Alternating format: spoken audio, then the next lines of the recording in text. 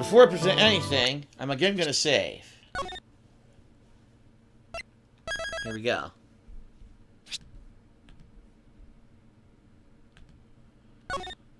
Oops. Double save. You gotta be sure it saves. Double save. Alright, so let's see. What can I present? She knew from the beginning that he was dead. I'm trying to think. The crime photo.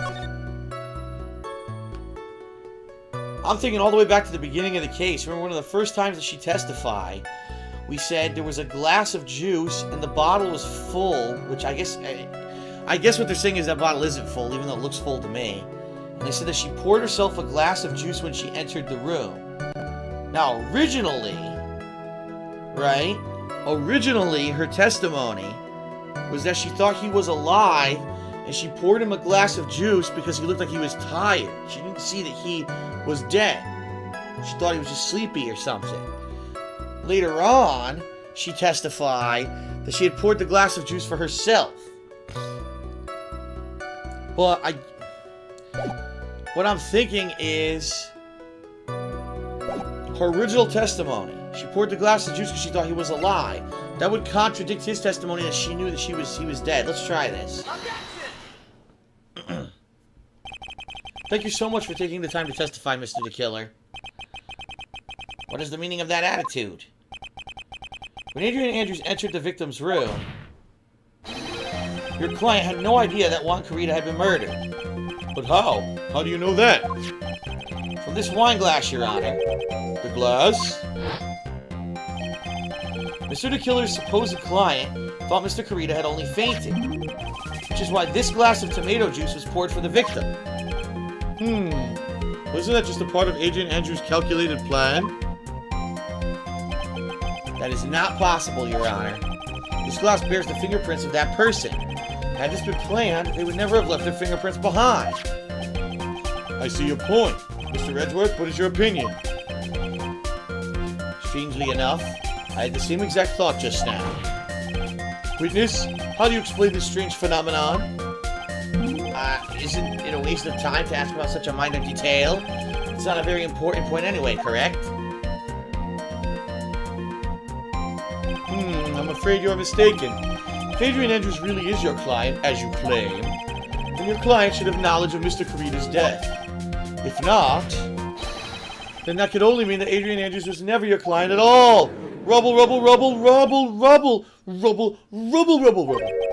How strange. Yes? Why is it that the attorney has yet to raise an objection at this absurd situation? Phoenix, if the killer figures out what we're up to, we're in real trouble. Yeah, I know. Mr. Edgeworth? I'm surprised. You know you can't say things like that without any evidence?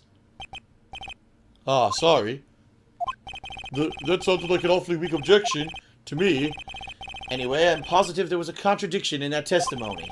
The prosecution requests further testimony concerning when the request was taken. Very well. Right now I have to buy us more time. While we wait for the items the killer left behind to get here. I just know that the very outcome of this trial lies with those items.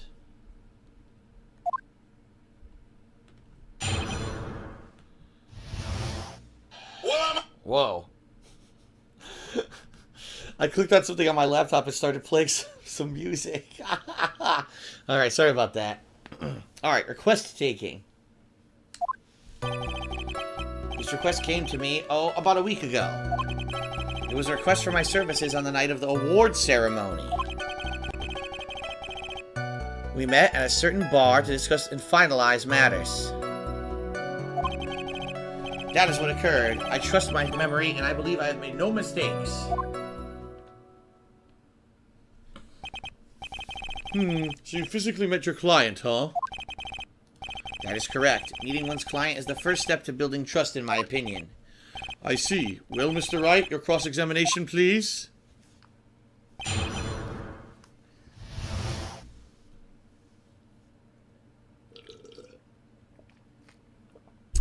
Okay. The request came to me about a week ago. 1 week ago? Are you sure? Yes, I am quite sure. I, of course, have my own preparations, and I was barely able to finish. When you request my services, Mr. Attorney, I hope you will keep that in mind. Please, stop. In any case, my client this time had a very specific date and time in mind. A specific date and time? It was a request for my services on the night of the awards ceremony.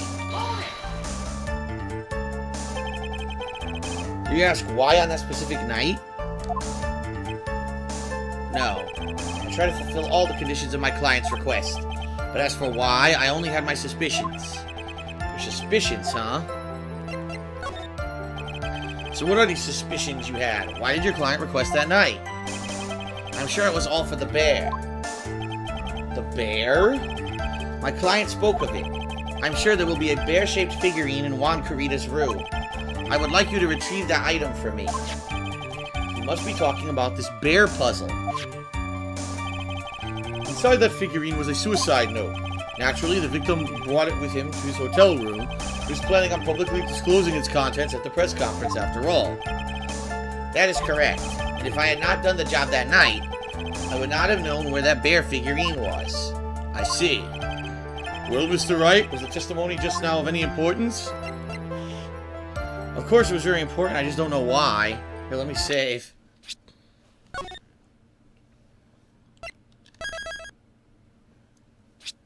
It was very important. The testimony just now has made one thing clear, and that is... the client knew the secret of the bear figurine. Oh? Why is everyone so quiet? Mr. Wright, I think all of us already knew that. Oh, really? Witness, please continue with your testimony. We met at a certain bar to discuss and finalize a few matters.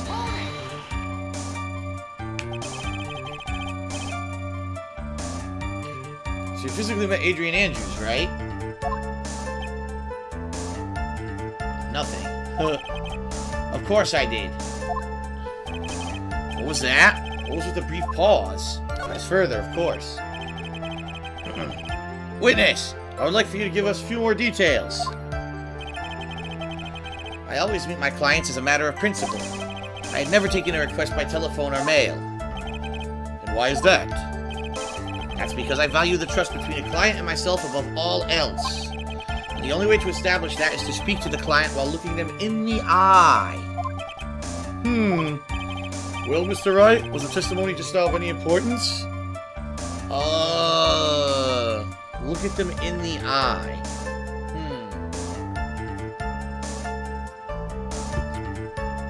Sure, why not? I'll save again, though. Gotta keep saving.